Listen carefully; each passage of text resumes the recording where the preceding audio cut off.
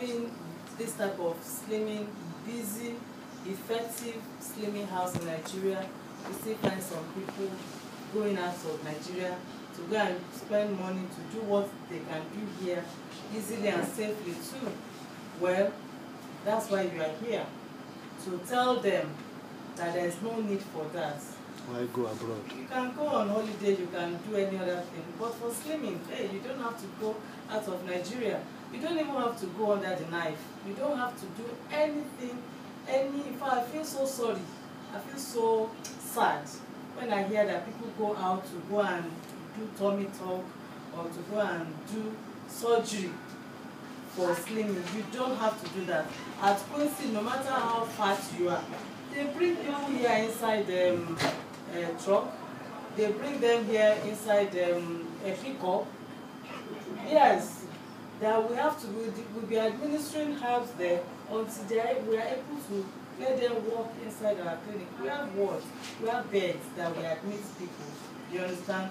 And we treat you out of the weight loss, out of the weight problem, without any problem.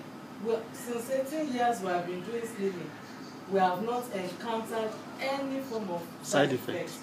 Because all our staff are clinically experienced, they are being retrained in the herbal world, and we don't administer until we are sure. If matron tries and examines and discover that this, we tell the patient, please, we are recommending this, and this is how we go about it. And then she starts administering the herbs stage by stage. We have clients here that they come here like double the chair. Right now they are like this. All with natural herbs. So if you really love yourself and you don't want to go under the knife, let us appreciate what we have in our nation.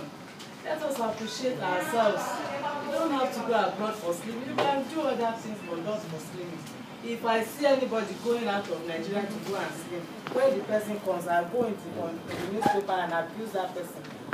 Or if you go and die, then I think I'm not going to be sad again, because you have Quincy in Nigeria to slim you down.